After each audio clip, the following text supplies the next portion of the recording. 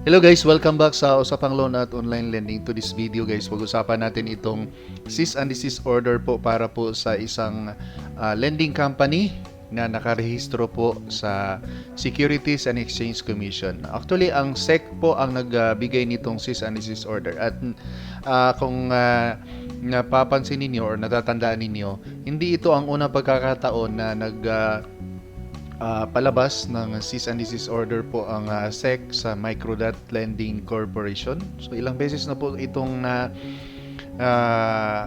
nalagay sa alanganin itong lending company na to dahil siguro sa iba't ibang reklamo na nakuha ng SEC or mayroon talagang nilabag na batas itong lending company na to. Maraming mga online lending app na under po kay Microdot Lending Corporation ang napahinto na po nila. Pero mula noon, itong Microdot Lending Corporation hanggang ngayon patuloy pa rin itong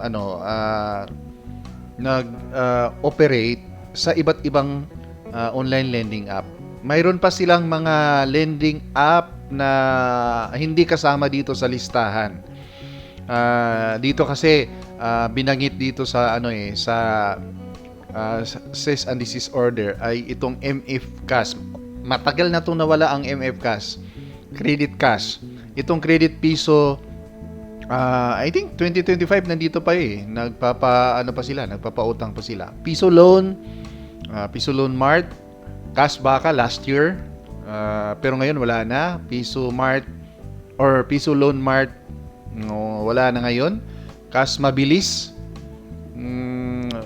Ngayon, mayroon Mabilis Cash pero hindi siya Cash Mabilis. Go Peso, matagal na din nawala. Instant Loan, nung nakaraang taon. Then, Timely Loan. Itong mga online lending app na to, kapag napasama siya sa cease and desist order, tatanggalin niya ni Microdot Lending Corporation. Matagal na yan si Microdot Lending Corporation sa lending operation, pero ewan ko ba bakit palagi silang nakakatanggap ng cease and desist order, or minsan naman mayroon tayong video about Microdot Lending Corporation na in connection with the Securities and Exchange Commission. Hindi ko na mahalungkat kasi ang dami na nating video, more than 1,000 na nagawa na din natin ito ng video nung mga nakaraang taon. So ang sabi dito sa cease and desist order po ng SEC ay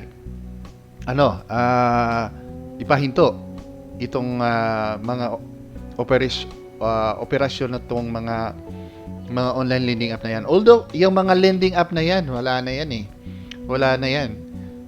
Tingnan natin sa listahan ng sa listahan ng SEC or Securities and Exchange Commission under po sa Microdot, kung mayroon pa ba silang nakalagay dito na masabi nating legal or napasama pa sa listahan ng legit na lending company. Microdot. Wala na talaga siya. Wala na dito sa list of lending platforms po ni ni Securities and Exchange Commission. Pero kung napapansin niyo guys, 'di ba? Maraming mga online lending app na after several months nakabalik sa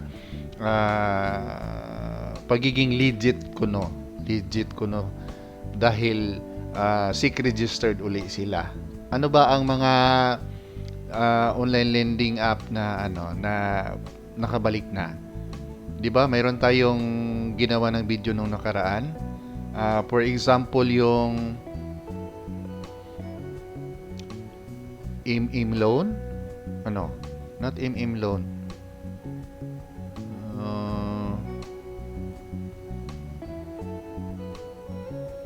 Mayroon yung bago lang nakabalik.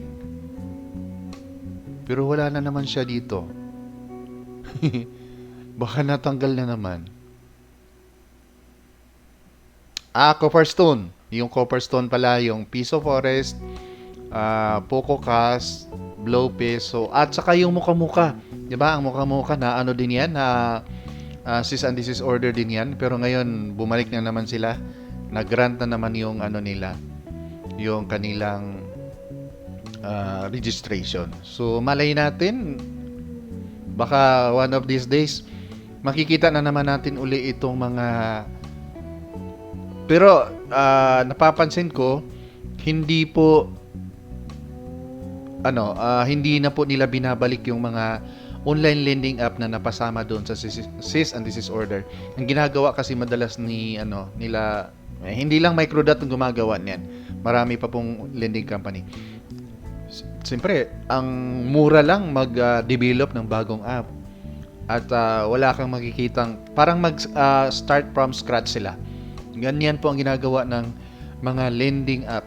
Kung kayo po ay sumusubaybay sa history ng mga online lending app, lalo na pag ang online lending app nakakatanggap ng iba't ibang bad review, oo, mapuno na sila ng bad review at yung ratings nila sobrang baba na, wala, take down nila yung app na yan at gagawa po sila ng bago, ng fresh na fresh, at marami na naman ang maghuhumaling mag-apply at mangutang at mabibiktima. Pero siyempre, dahil yung pangalan ng mga umutang sa kanila siguro hindi nakapagbayad, nandyan pa naman yun sa system nila, at pag ikaw ay nag-apply sa bagong app nila, kahit bagong app yun, pero ang may-ari ay, sa likod nun ay isa lang, hindi ka pa rin makakautang sa kanila. Ma-blacklist ka. So, ganyan po. So, mag-ingat po sa mga online lending app na under po kay Microdot Lending Corporation. Yan. Ano na po yan sila? Mayroon na pong cease and desist order. Actually, nung nakaraang buwan pa to, hindi natin nagawa ng video dahil sobrang busy po. At pasensya na po at hindi natin na naman na bigyan ng oras ang ating YouTube channel nung mga nakaraang mga araw at buwan. Pero now, babalik ulit tayo. Mag-a-update na naman tayo sa mga iba't ibang. Kasi nakita ko ngayon, ang dami na namang mga online lending apps sa mga advertisement. So malamang ang dami na namang nagiging biktima, at napansin ko din sa ating comment section, ang dami na namang nagko-comment.